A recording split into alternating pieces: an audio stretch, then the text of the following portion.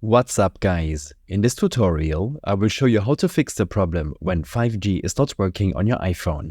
This should be quite an easy tutorial. For more information, click on the first link in the description below. First, make sure that your iPhone supports 5G.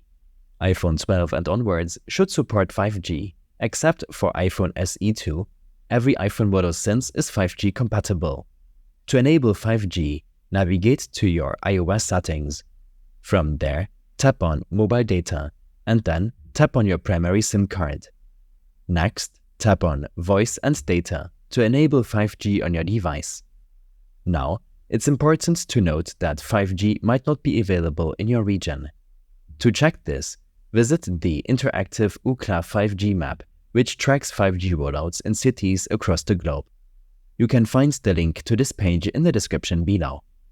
If 5G is available and enabled in your settings, then make sure that you're running the latest software update. Back in your iPhone settings, navigate to the General section and select Software Update. From here, download the latest iOS update in case one is available to you, and then proceed to restart your device. Another thing to check is if low data mode is enabled in your mobile data settings. If it is, then 5G might be disabled by default. To make sure low data mode is disabled, head back to your mobile data settings. Select your SIM card and then tap on Data Mode. Set this option to Standard or allow more data on 5G. If none of these steps work, you may need to reset your iPhone network settings. To do this, go back to your main settings. Navigate to the General section, scroll down and tap on Transfer or Reset iPhone. Here, tap on Reset and then Reset Network Settings.